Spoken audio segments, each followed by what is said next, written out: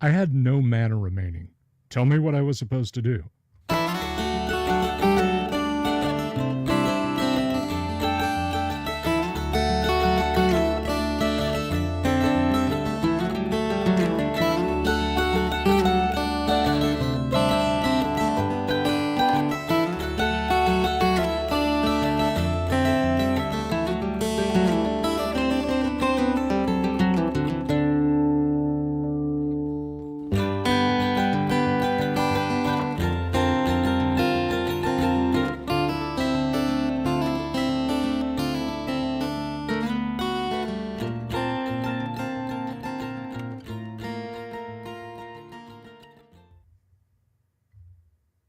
What up, guys? How are you? It's good to see you. It's good to be seen by you. Welcome to the show. I, of course, am the one and only Bill Sylvie, aka the Dungeon Delver, coming to you live, loud and clear from an undisclosed location somewhere in the swamps of Central Florida. I am glad you are all here. It is Monday. You folks are hanging out with me, Charles Latora, TXG, Great Old Ones, Damien X247. I'm glad you're here. I am truly glad that you're all here. Again, folks, let me just remind you, this is not some weird one-off thing. We roll in the afternoons on Mondays now, so do not be troubled. I'll be your roundabout. On Monday afternoons. But I'm glad everybody's here. I guess if you're out on the left coast, this is kind of like a late afternoon Monday sort of thing for you. This is a very late night thing if you're over in the UK. Wonderful Wizard of Games. Well, everything is just peachy. Thank you for asking. I meant to have something up here. Let's see.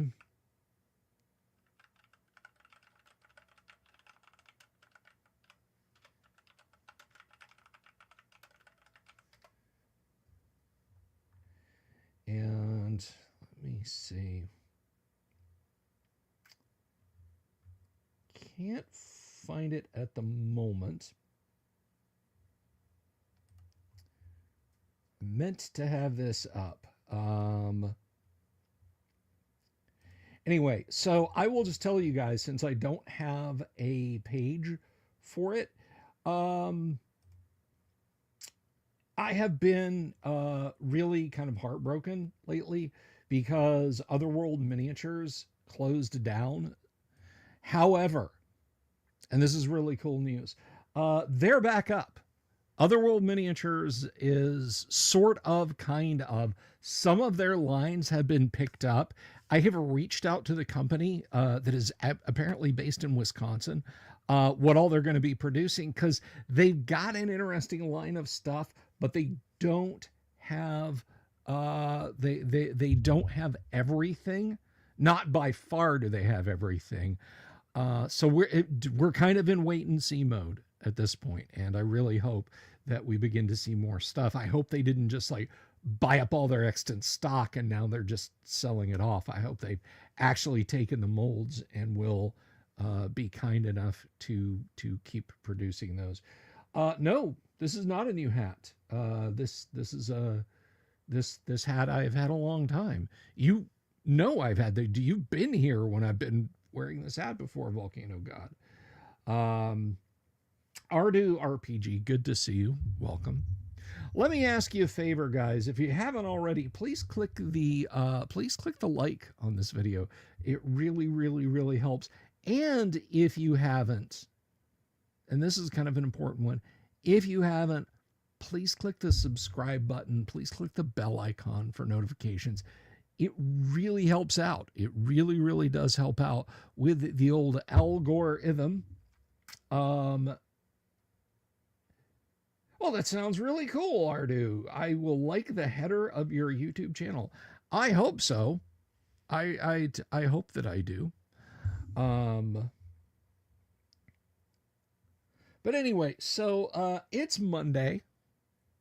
You know, it's not the best of days, but it is a good day because it is starting off, of course, a week of Delver's Dungeon. And what does that mean? What does that mean? Well, tomorrow night, we're going to play some first edition advanced Dungeons and Dragons. And by we, I mean, I want you guys. Hey, Raphael Dankin, good to see you. By we, I mean you guys. I want you to hang out with us tomorrow night. Now, maybe you think sitting and watching people play RPGs sounds about as exciting as sitting and watch paint dry. And I don't blame you. If you've got nothing to do other than to sit there and twiddle your thumbs, maybe it doesn't seem like it's going to be any fun. But, and this is where we do things a little bit different. But Tuesdays, if you're watching us play and if you have a question about what we're doing or how we're doing it, why we're doing it, just a question in general, something that I can answer without stomping too hard on the brakes in the game, within reason, I want you to ask it. I want you to ask it in the live chat. Now, here's the thing. Sometimes the live chat, particularly mid-game, it really tends to get rolling. So, if I miss your question, feel free to ask it again. But if an answer is just not forthcoming, do me a favor and be cool. Ask it again.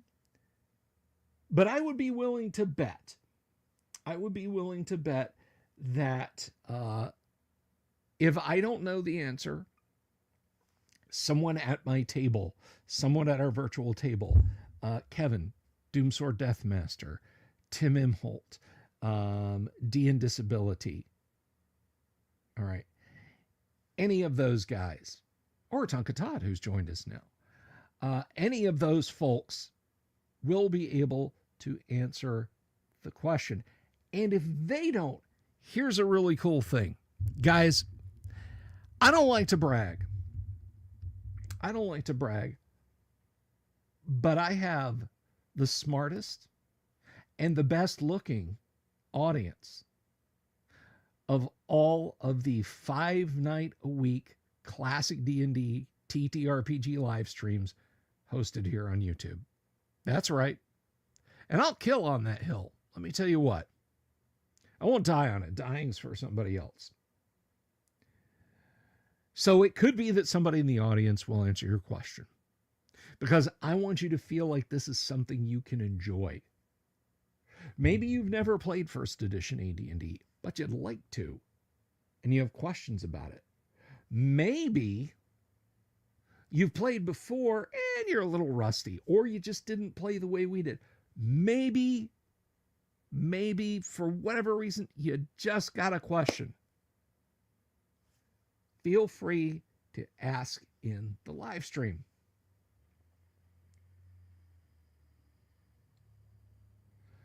TXG asking a question.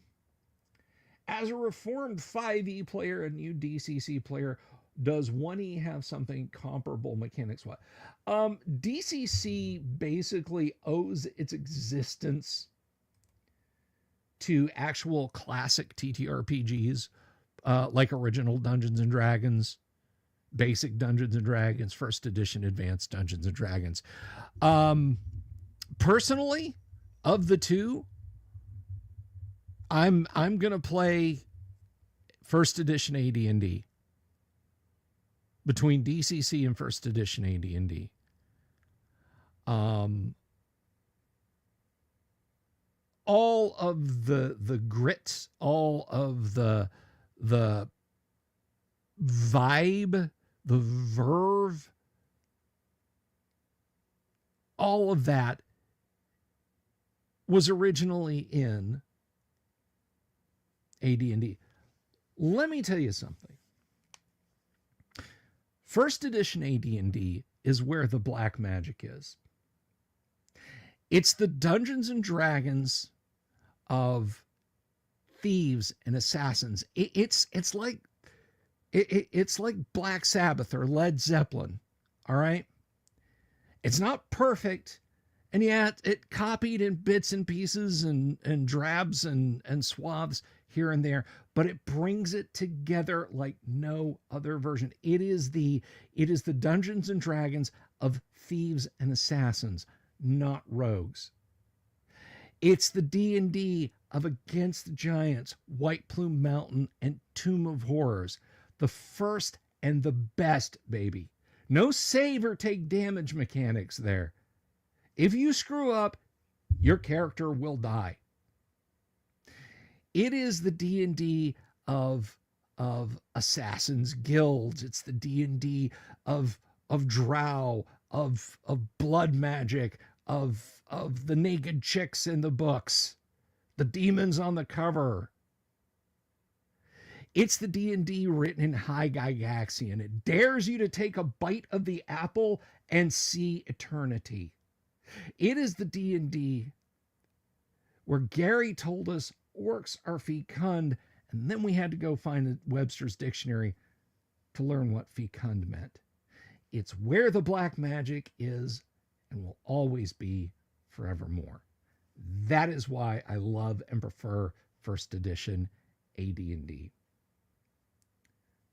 That is how I feel about the subject, TXG. I hope that answers your question.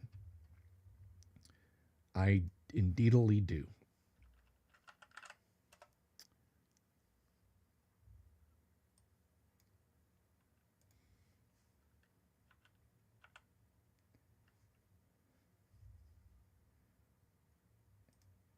Wonderful Wizard of Games. I have a group of friends from school that only played 5e since we graduated 10 years ago, but finally agreed to let you run AD&D for them. Good level 1 adventure. Yeah, I would say take them through the village of Hamlet. Not the whole Temple of Elemental Evil, obviously.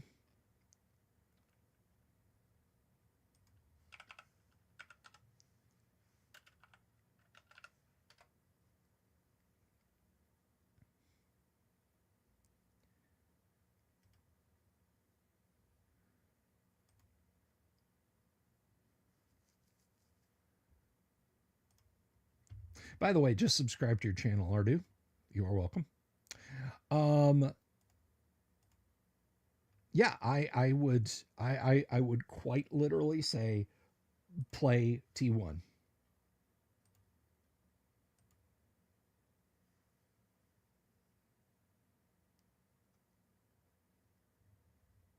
Are you talking about your banner? I love your banner, dude. Your banner is awesome. That's quite nice, my brother. I love what you did there. I wish I'd thought to. Hey, I can throw the translator on. Reading what I wrote, you meant to say the concept of advantage and disadvantage. No.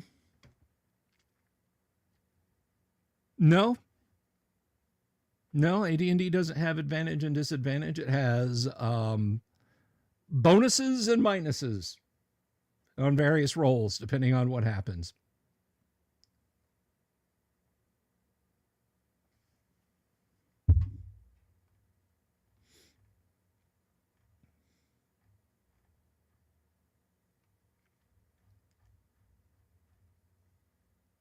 Well, that is very well done, my friend.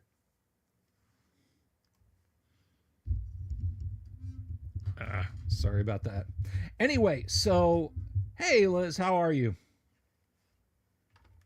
I am glad, Elizabeth, that you like my wizard's hat. I'm quite fond of it too. I'm happy that I made your day. Anyway. Heck yeah. I like it. It's a late 1E vibe. So anyway, moving along. So that's just Tuesday, guys. That's just Tuesday. First edition AD&D for 2 hours on Tuesday. Wednesday and Thursday of this week, we're going to be getting into some deep dives. And that's a surprise. That is a surprise. Don't Don't touch that dial. So that's Wednesday and Thursday. Friday. Today is Friday in California. No, it's not. Friday, we're going to be playing some Gamma World. We've got a good Gamma World game going. Friday. I had to keep the alliteration. We have a fantastic Fama Furled. No, we've got a lot of fun coming up on Friday with Gamma World. So tune in Friday. And the same rules apply, by the way. So if you've got a question about Gamma World, ask. Ask. I'm glad you love the deep dives, Michael. I'm fond of them too. Um, oh, Drama Goblins, you're not feeling well. I'm so sorry. Get better soon, brother. Speaking of getting better, I just want to point this out. I have been seeing more and more activity from the lovely Elven Maiden out there on social media. She is on the mend, slowly but surely. So those of you who are fans of the elf gal herself know that she is bouncing back. Very slowly, but bouncing back. That is correct, wonderful Wizard of Games.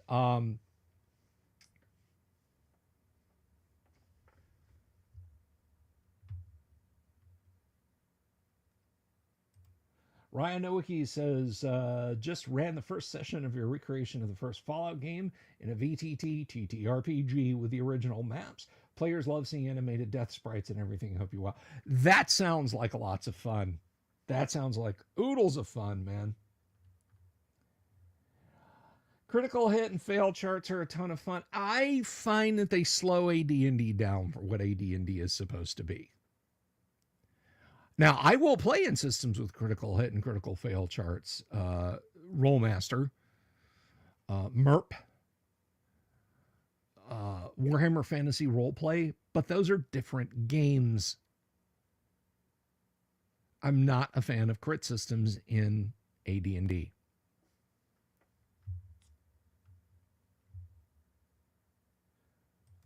Which edition of Pathfinder did I play? I think we played Pathfinder 1E during the brief like 5 or 6 or 7 week stint that I played Pathfinder. It was 1E, I think. But don't quote me on that. I don't remember.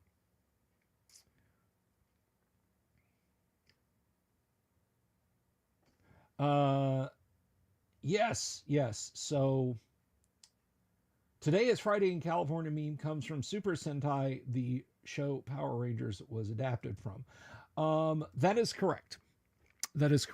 So if you grew up watching Power Rangers, all of the fights of them jumping around in their costumes and fighting, growing huge and fighting guys kaiju style, that was from a completely different show.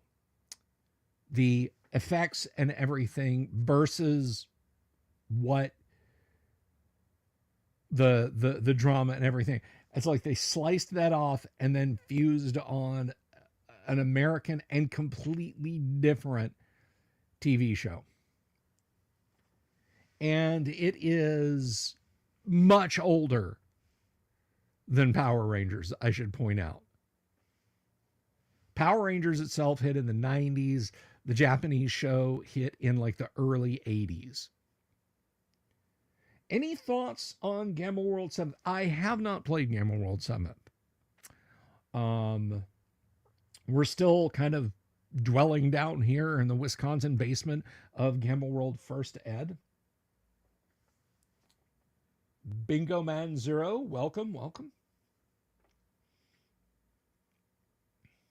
Last week, you had the best surprise. Your coworker knows you're a fan of D&D, brought in a Mattel Electronic Labyrinth game.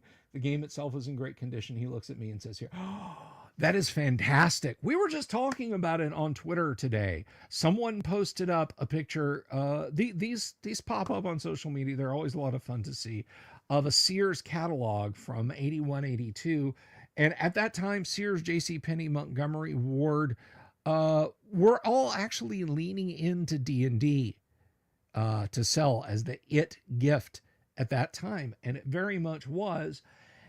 And anything RPG or D&D related, including, I might add, this bad boy right here, which you guys can't see it because there's a glare on it, but this is the Dungeons and Dragons Electronic Labyrinth game, which we have actually played live on this show.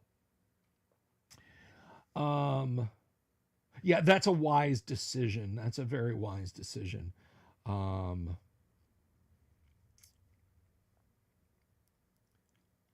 but yeah, there are STLs for every part of it available. Have I ever used leprechauns? I think the party has had one encounter. By the way, happy St. Patty's Day to those of you enjoying. Enjoy responsibly.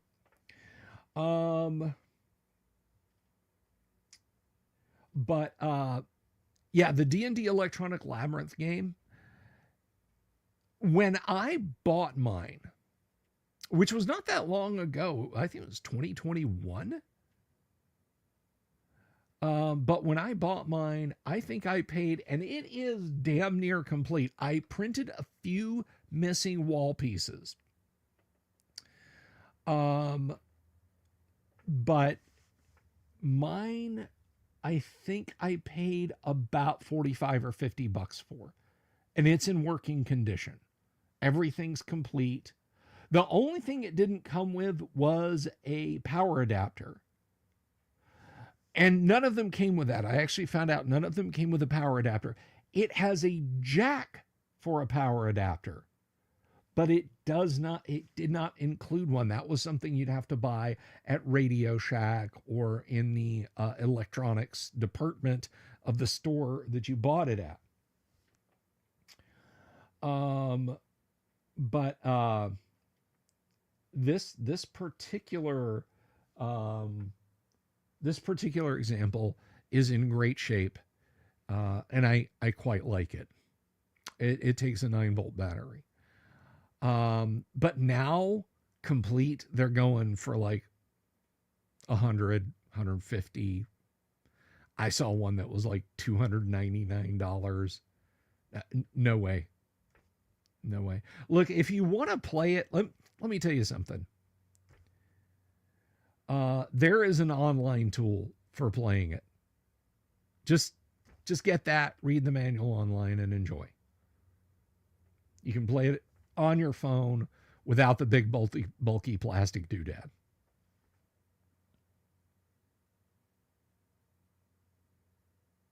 Oh, that's great, TXG.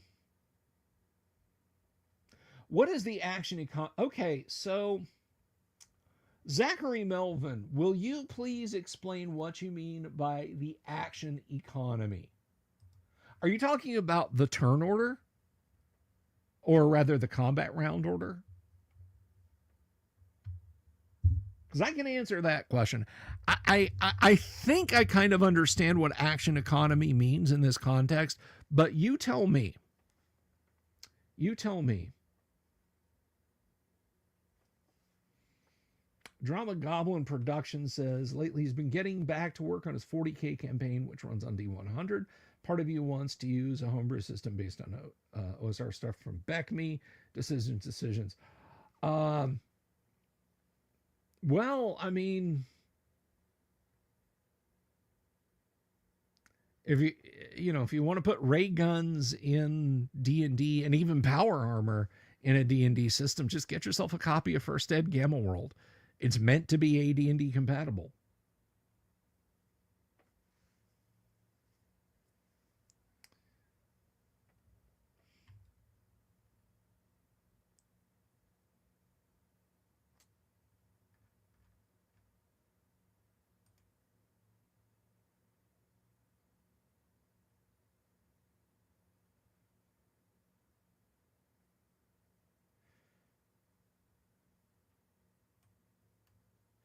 Let's see. So Michael Stronghold Segments are a completely different ballgame than modern action economy. Play Baldur's Gate 2 and observe how actions are playing out at the same time. That's right. I said beg me, and Dungeon Minister just popped into existence. Welcome, by the way, Dungeon Minister. We love us some Dungeon Minister around here. Hope you're doing well, Padre.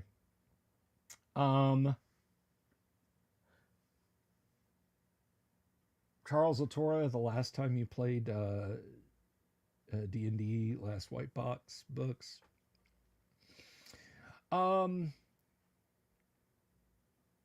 mean, if you're, gosh, I guess if you're asking about the round order,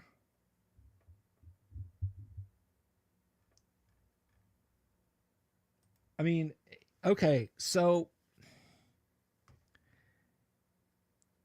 again, I don't really understand.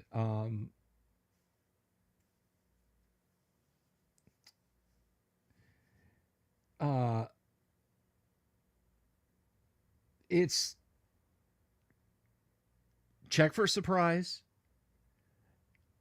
If one side is surprised and the other side is not surprised, the side that's not surprised has a number of segments equal to the difference in the surprise dice to act, and that could be up to 5 segments.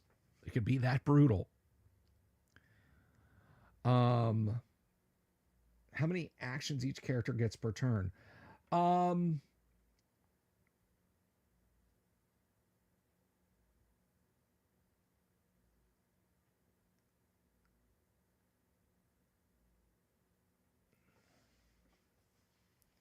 So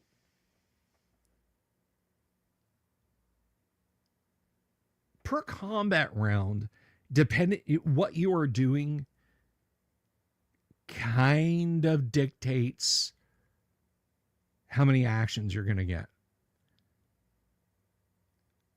Now, you can move up to 10 feet and still engage in combat.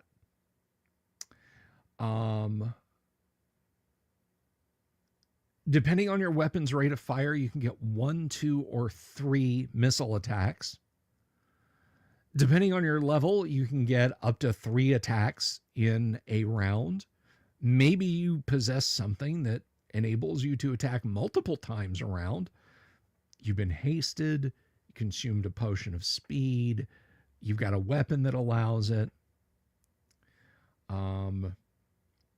Perhaps you've got a character who has a dancing sword that they release into combat, and then you can do other things while your sword fights.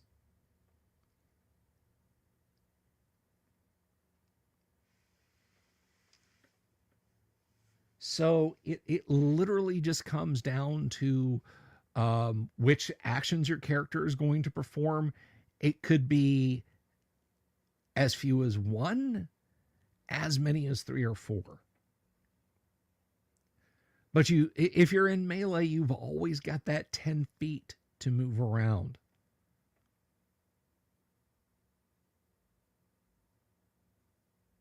Yeah, in AD&D, it's just per combat round. Unless you're breaking off from combat and fleeing, which is your entire action, you can move 10 feet and you can attack, assuming melee. You can fire 1, 2, or 3 missiles. I think the rate of fire for darts and hand axes is 3. Or is it darts and daggers? I know darts have a rate of fire of 3.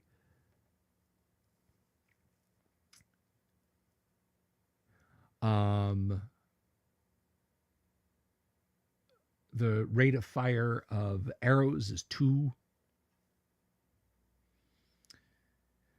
Cantrips are their own things. Cantrips allow you to cast multiple cantrips, but generally speaking, one spell, even if it's only a 1-segment spell.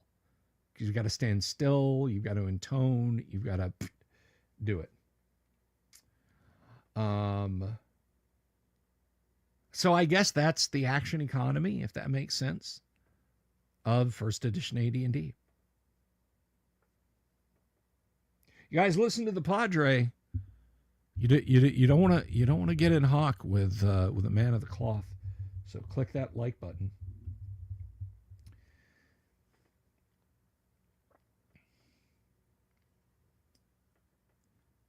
A short journey. The only reason I would make a short journey to Canada is to rescue you, Padre. Help you and the family escape south across the border in a balloon.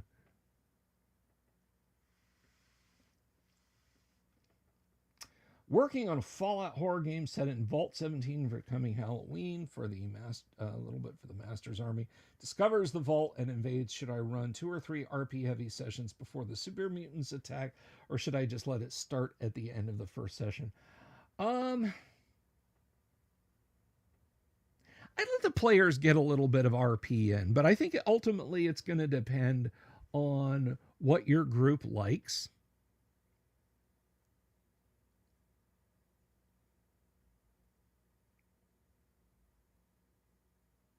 It's a 10-foot movement. Practice it. It's a 10-foot movement.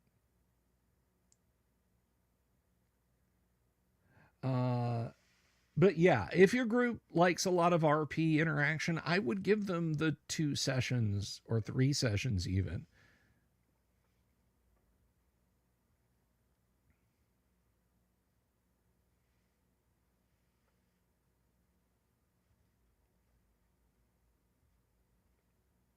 And that you bring up kind of an interesting point here, Michael. The way you run segments, you'll potentially have many actions in 10 segments, but they do not all happen at the same time. That is an important thing, because here, you know what? Let's do a thing here, shall we? See if this is working.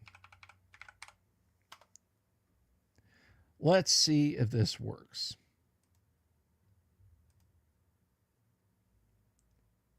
Yes, it did. That is a perfect example. That is just what I wanted. Okay, we have a 6 and a 1. A 6 is the party's initiative. A 1 is the monster's initiative. Now, you've got a couple of spellcasters in the party. 1 wants to cast a bless because they've come upon a group of orcs. The other wants to cast a magic missile. What is the significance of the 6 and the 1? Well, obviously the party with a higher initiative goes first. The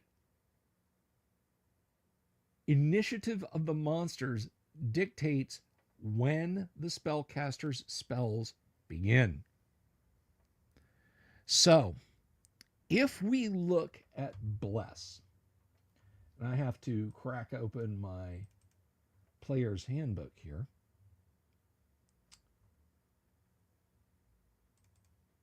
To see. Now, I know Magic Missile is a 1-segment spell. So it's going to go on the first segment. But let's take a look at Bless.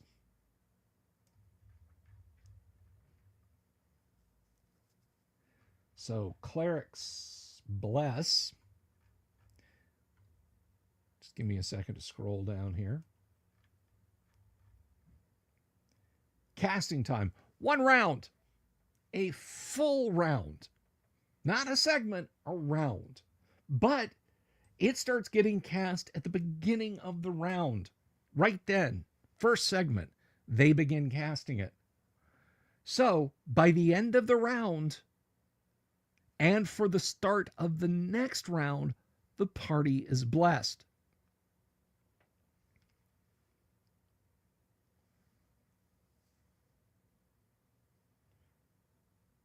Now, the orcs get pranged in the face by a magic missile. One of the orcs gets pranged in the face by a magic missile, goes down. It's not enough to trigger a morale roll. Some orcs with spears, they see the guy in the pointed hat holding up a holy symbol, you know, saying a spell. They start throwing spears on their initiative in the 6th segment. All right. So we got 3 spears thrown at the cleric. He's wearing plate mail, but he can't use his shield or any dexterity bonuses. So he is armor class 3. So we have 1, 2, 3. Orcs are 1-hit dice monsters. What do we got? Well, it looks like right here with that 20 that the cleric was struck. Happened in the 6th segment, but it still disrupted his bless. And just for S&G, the Padre takes 5 points of damage.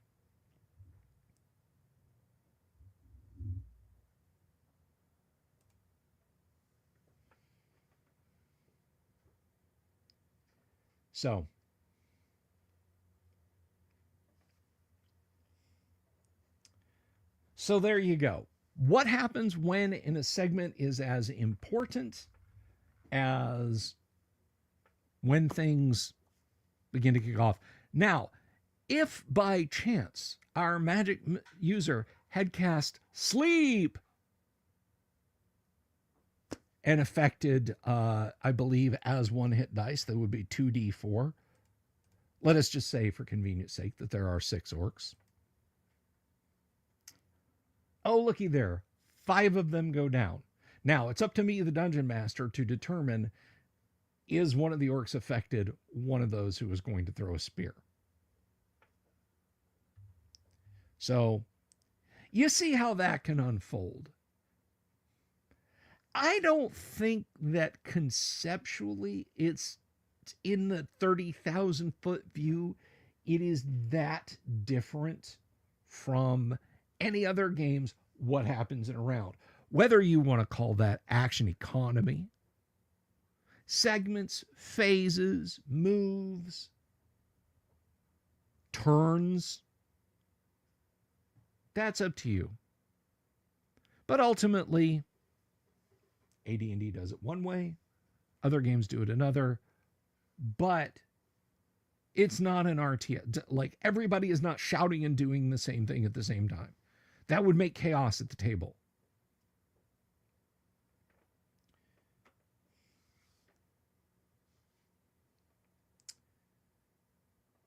Is there, and Dune Trader asked the question, is there a point where too many segments can start to inhibit the flow of gameplay and you might want to artificially string it out over multiple rounds?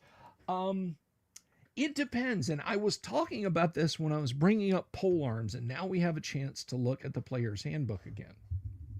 We have a chance to look at the player's handbook again because this is important. Gary wrote a lot about polearms, and I asked him what the deal with all the polearms was, and he said simply that he wanted opponents, he wanted different armies to have a different look. It's not all they've got spears, they've got spears. They've got pikes, they've got voles. They've got geese arms, they've got ox tongues. They've got bill hooks, they've got Lochaber axes. Just to spice things up a little bit. So let me share something with you guys here. And I wanna leave Dune Trader's question up here when I present this.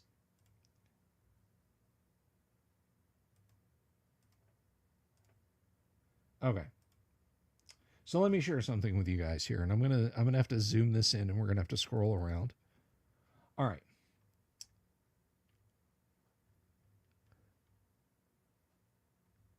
Note that on this chart, and we'll scroll over so you can see it, is something called weapon speed.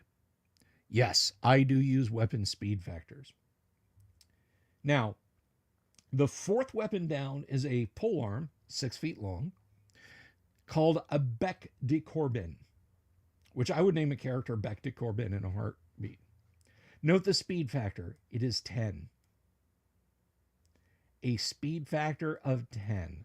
It takes 10 segments for the character in question to wind up and strike with that. If the party rolls a 1 and the monsters roll a 6, the character with the Bec de Corbin will not strike until the middle of the next round. So things can very much get strung out into new rounds. Simple single attacks based on weapon speed, even with initiative ties. But I don't think that's the slowest weapon. Let's see, that's another pole arm. The Guisarme Volge.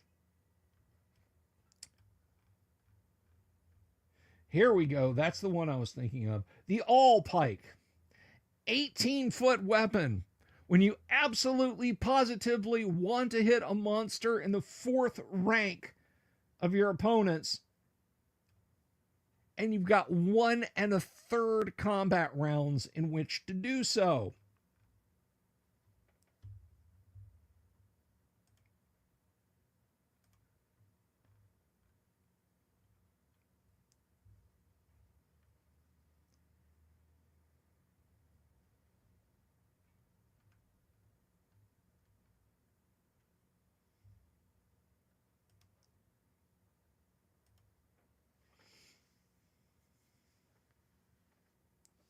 So, there you go.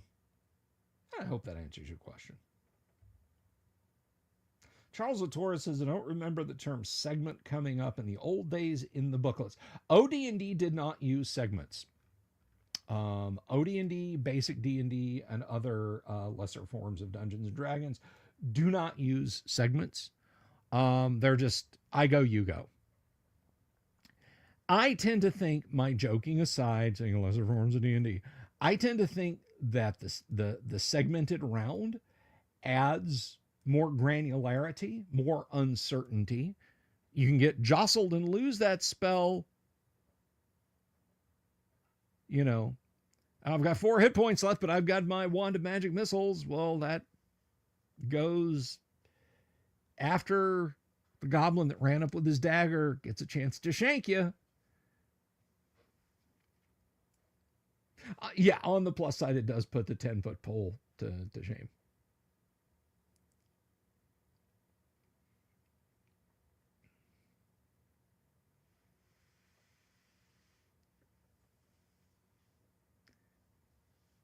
Imagine the corner. I'm imagining a character trying to take a corner because the space required for the bec de Corbin, wait, not the bec de Corbin, the Volge there, the Guisarme Volge.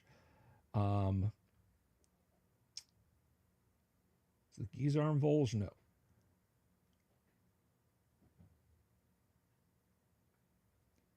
That was an all pike. I'm sorry, that was an all pike.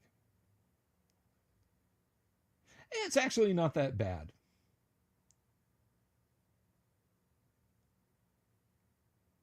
All pike is not that bad.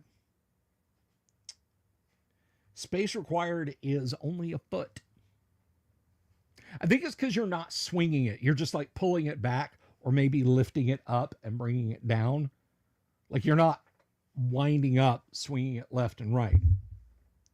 But then you take like the sword two-handed, that's 6 feet of space you need to wind up and attack with that bad boy.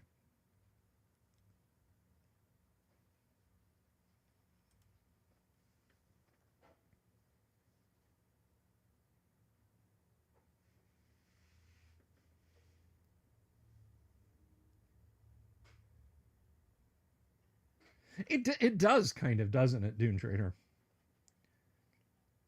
Now that's where something interesting comes up. Michael Connor says you should be able to set a pike quickly, or at least place a pointy bit between me and an opponent in less than that. Here's where you're right. If an opponent is charging you with a capital C, initiative is not rolled. Initiative goes to the longer weapon. So, a troop of heavy foot armed with all pikes, they see a cavalry charge coming at them. They set their pikes. Their pikes will strike the cavalry first. And considering that they're doing double damage, if they hit, that can be pretty serious. That can be pretty serious. So, in the case where you're setting against charge, it absolutely goes first.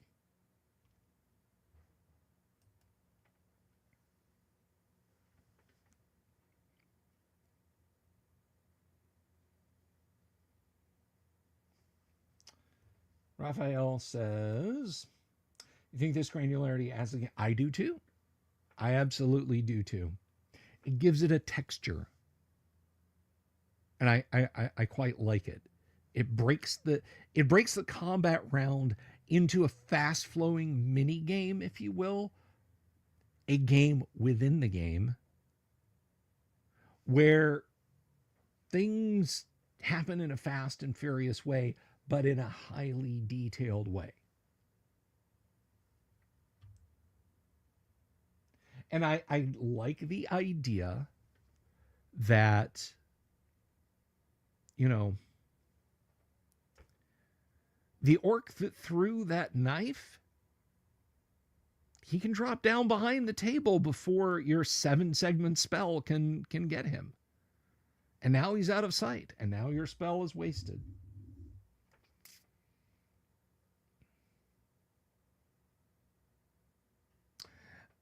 Yeah, drama goblins in this case. I just got to say, buddy, just hold your nose and click purchase. Just ignore it.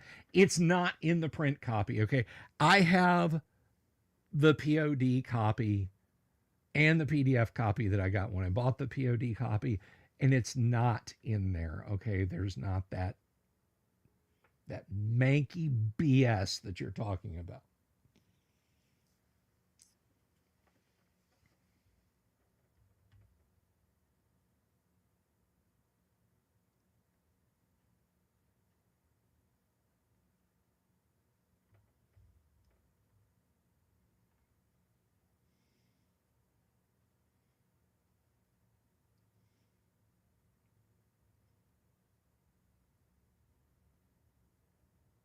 Sorry, I'm just reading some of your comments here. And weapons speed differently. If slow weapon is 2 times slower than fast weapon gets an extra attack. How else would a spear get 2 attacks a round if it takes longer than a round to swing? Well, I mean, that's the way you want to read the rule. Just so long as we're all in agreement that addict is not the final representation of how AD&D combat is supposed to go.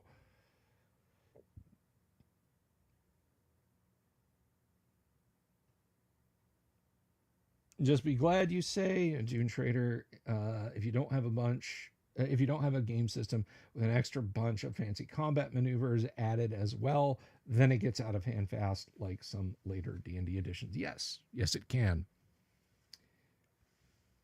Engine Joe. Happy St. Patty's Day. If you cast a spell on your rider that protects against sudden impact injury, and your mage was on a horse, go.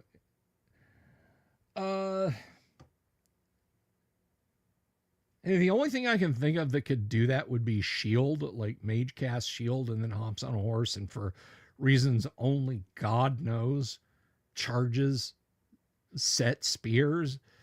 The shield adds to their armor class, but it doesn't make them impervious.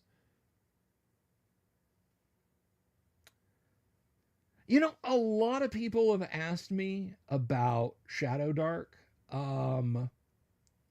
I have no strong feelings on it either way. It's built on 5e. And that's fine. Because as I said, 2014 5th edition is a perfectly fine fantasy RPG. It's a fine, fluffy, lightweight fantasy RPG. When they started throwing splat books onto it and all this nonsense, you could buy, doing little pay to win custom class and background pick purchases off of DM's Guild. That was when it got bloated and messy. The Xanathars, whatever, and the Tashas and Strixhaven and all that crap is what bloated it and dragged it down.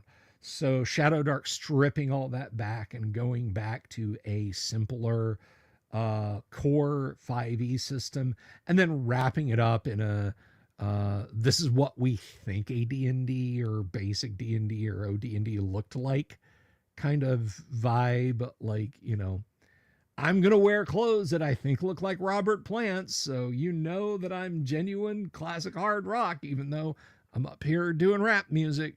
That's kind of where I am on it, but I have not sat down and seen the system. I know Dungeon Damsel and her group play Shadow Dark, and it just seems like another D&D-ish type game to me. I have no particular distaste for it. I have no particular uh, uh, love for it. As I've said before, I've got what I need on this shelf. Yeah, well, Americall was a different breed. The Undertaler 587 says I look like a real wizard. Well, thank you. I'm a wizard, mind you.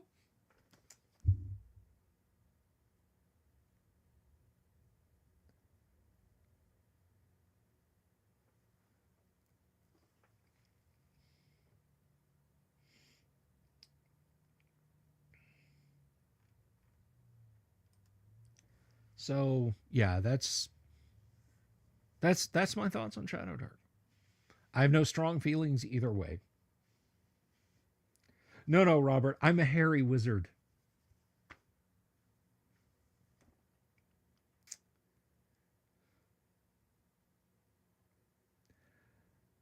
Let's see.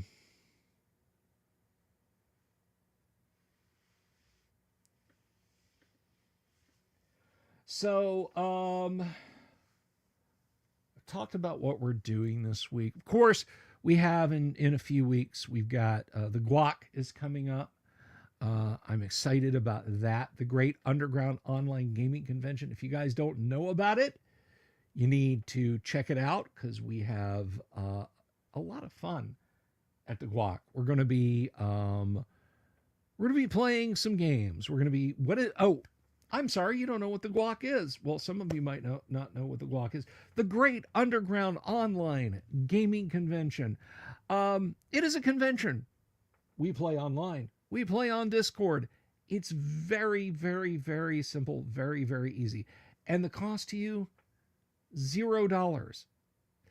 $0. Look, we don't do gold badges and silver badges and platinum badges and diamond badges. Just come and play your games. Run games. Sign up to play games. We're going to have a lot of fun. There's no fee to get in. There's no travel charges. There's no hotel fees. There's no rental car. You got to pay for your own snacks at your own house, okay? I'll just tell you, you got to do that. Hello, Wheeling Dragon. Good to see you.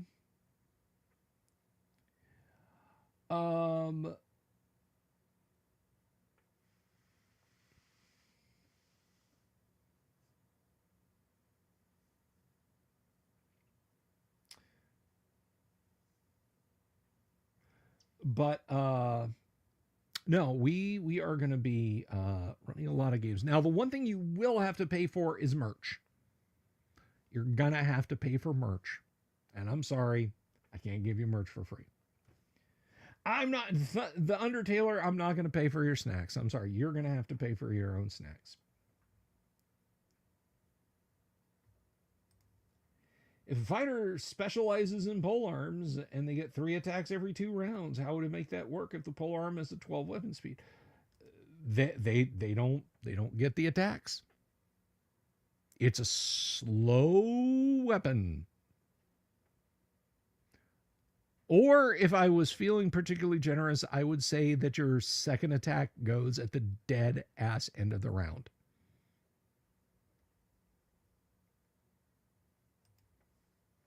Yeah, there's no merch for free, but we have awesome merch. By the way, do you guys want to see? I don't have all the merch picks yet, and it's not just games, guys. We've got panels coming up. Alyssa Hazel is going to be giving a panel. We're going to have Jack Photon is going to be talking about FOSSA Star Trek in a panel. We're going to have Richard Witters doing an Artist Alley panel. We're going to have Tracy Lesh doing an Artist Alley panel. We've got Matt Finch doing a Designers panel. Of course, he does Swords and Wizardry. He's going to talk about all the cool stuff that Mythmere Games has got coming out. We have, I think, now I've said that this is going to happen, but I want to be 100% sure. So I got to talk to the guy, but we're going to be doing a panel hopefully, crossing my fingers, with Jeff Talanian. He's going to be there. I'm going to be running games. I'm going to be running the the uh, the Mythic Greek RPG that we debuted on the show not too long ago. Um, those folks are going to be here running that same RPG. I'm going to be playing some. We're going to be doing some Space Hulk. We're going to be doing some dungeon, possibly some hero quest. It's going to be a lot of fun.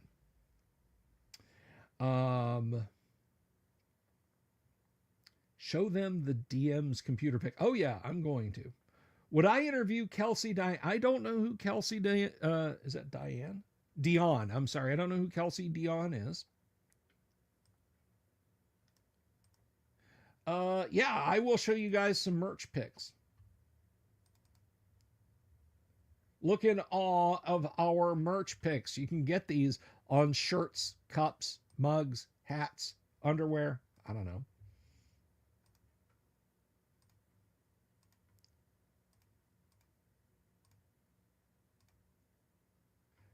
That one's courtesy of Dungeon Minister. I don't know what nightmare he created that from, but well done, Padre, I think.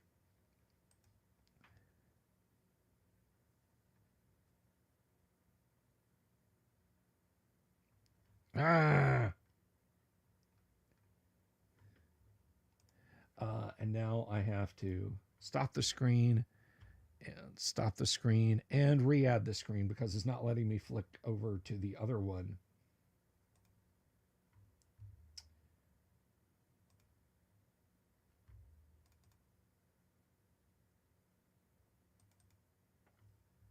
And let me do it now. Windows Photo Viewer. Thank you. And we have these great images from Sky Hernstrom, who we're also doing a panel with Sky.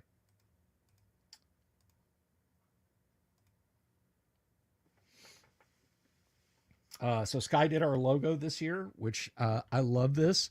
And if you don't like people, you can just get a nice nuclear sunburn from it. And we got one other piece that Sky has done, but I don't. You know what? Let me see real quick. I will show you guys because I think I can actually pull that up real quick.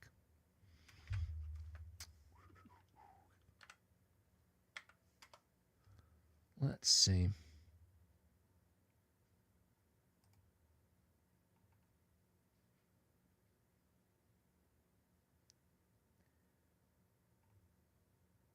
Okay.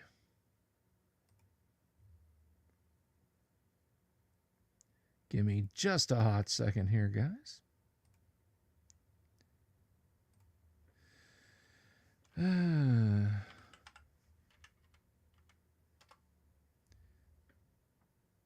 Oops. Show you guys what I think is going to be the last piece of art.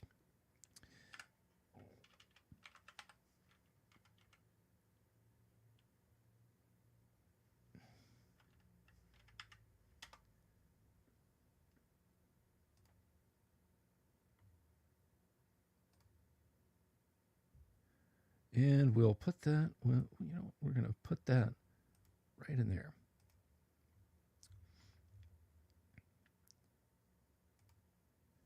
So there will be many pieces of guac art. He got this one to me a little late last year, and I said, hey, I love it. Can we use it next year? And he said, absolutely. So there you go. The Monster Guac Bowl.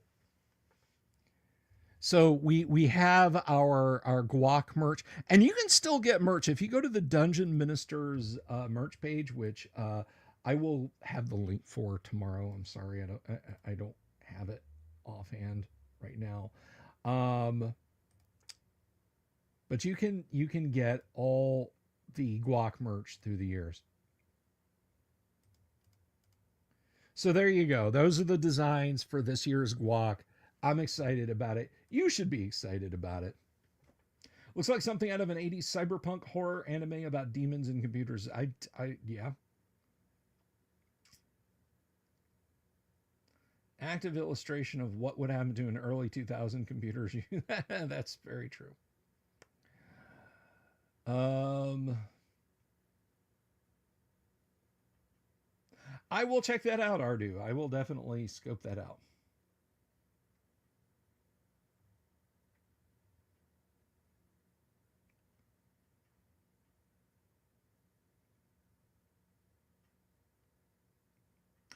Oh, Kelsey Dion is the creator of Shadow. You know what? If Kelsey Dion wanted to come on my show and reached out to me, I would absolutely, sure, sure. Guys, I mean, the majority of you folks have seen the interviews I've done. You know, I'm pro creator. You guys know that I am very much a fan of just talking to people about their creations.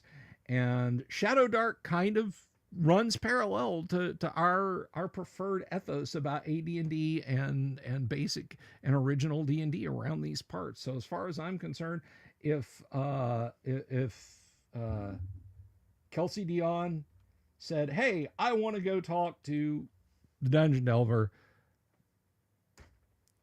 I would absolutely say, uh, Kelsey Dion to show. Okay, that was a lot funnier in my head. I don't see you people out here streaming D&D stuff 5 nights a week. But no, all kidding aside, yeah, absolutely. Absolutely. I would interview her. No problem.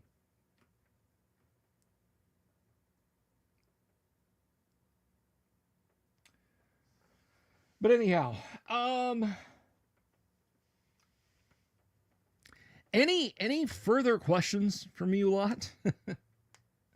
I gotta say, I do like the Monday format because I don't feel rushed right now. Like if 10 people, just all of you, just like started flooding me with questions, I'd be, oh, okay, I can answer these. Um, just an off-color remark from me, Wheeling Dragon, and nothing that I should repeat.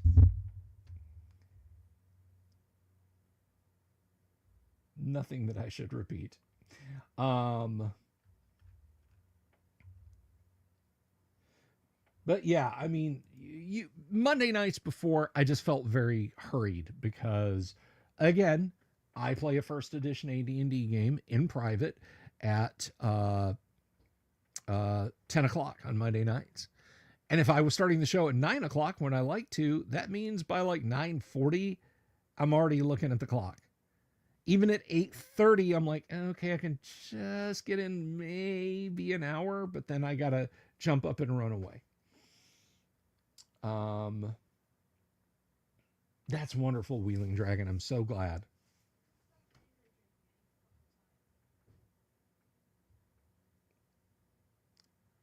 Michael Dale has a question. Just can't think. Well, that's the beauty. I'll be here tomorrow and Wednesday and Thursday and Friday, and that'll be a lot of fun. Also on Saturday, I believe on Saturday, myself, Dungeon Minister and Yang Enzel will be continuing our assault on your pop culture sensibilities in our unending quest to take over the entire world with, of course, the Nerd Council of Doom. And that's over on its own YouTube channel at the Nerd Council of Doom.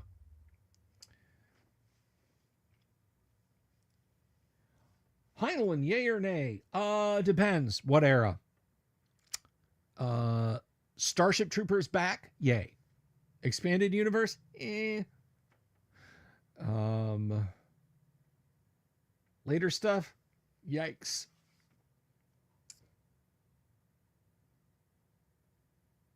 Fallout mini campaign. The purpose of the 2 or 3 heavy roleplay sessions is to have them explore the vault and make some friendships with people they find, escape somewhere to hide during the attack. They're not going to defeat it. Okay.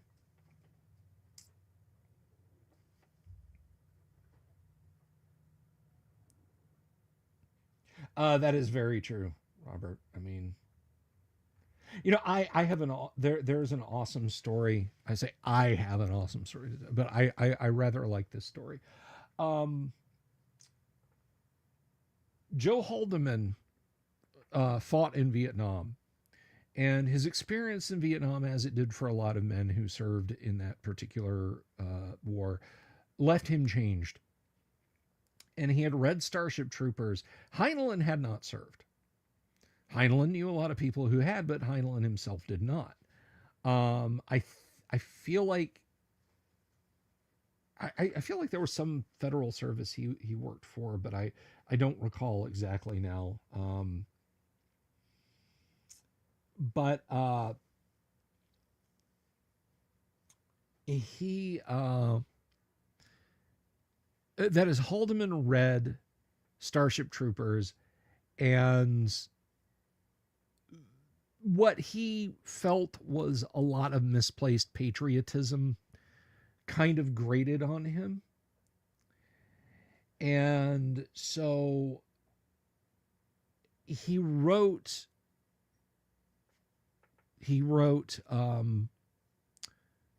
the Forever War as a refutation of it,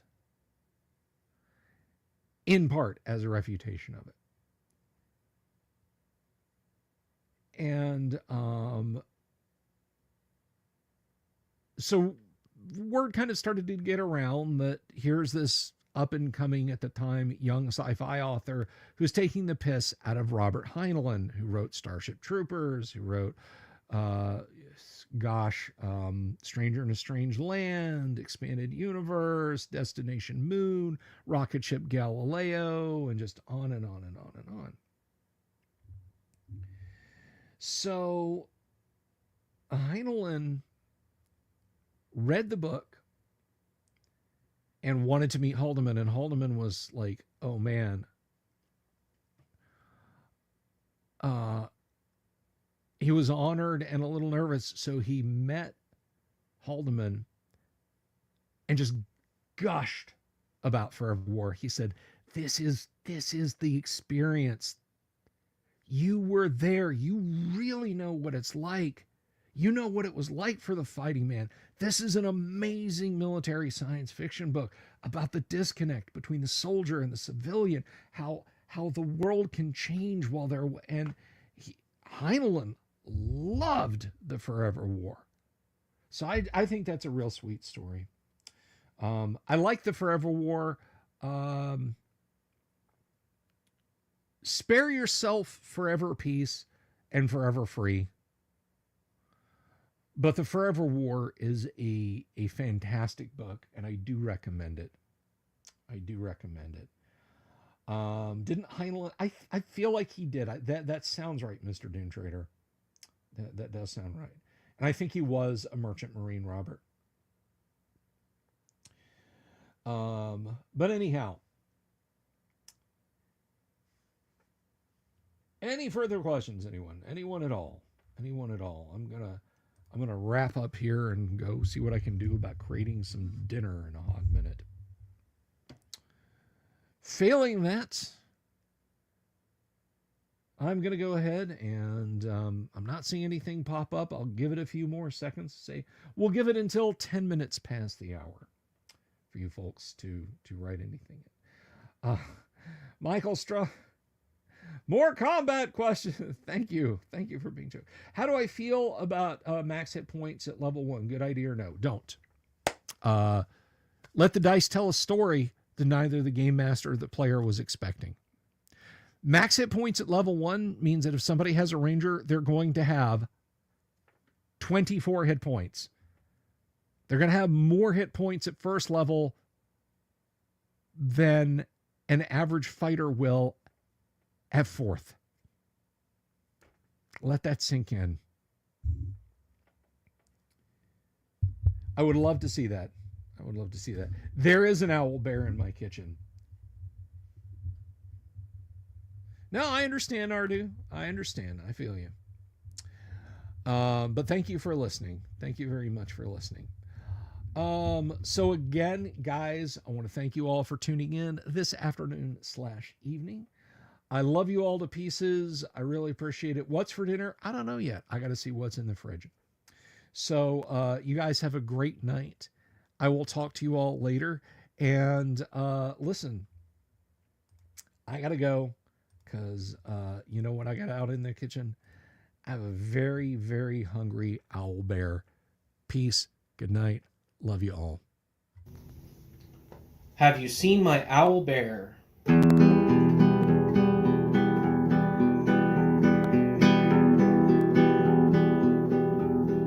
Here's to all the weirdos everywhere, in the woods and in the air. Have you seen my owl bear? Should I shave off all my hair? Bobs are all around, some live in tunnels underground. Some are fat, some are rich, some are sleeping in a ditch.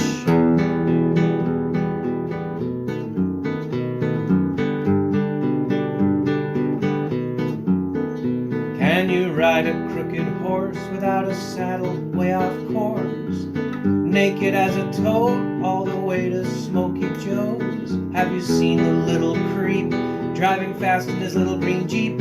He smells like fish and brandy, but his rotten teeth look dandy. Take me to the show, I don't care if fast or slow. From action flicks to dancing dicks, just take me to the show.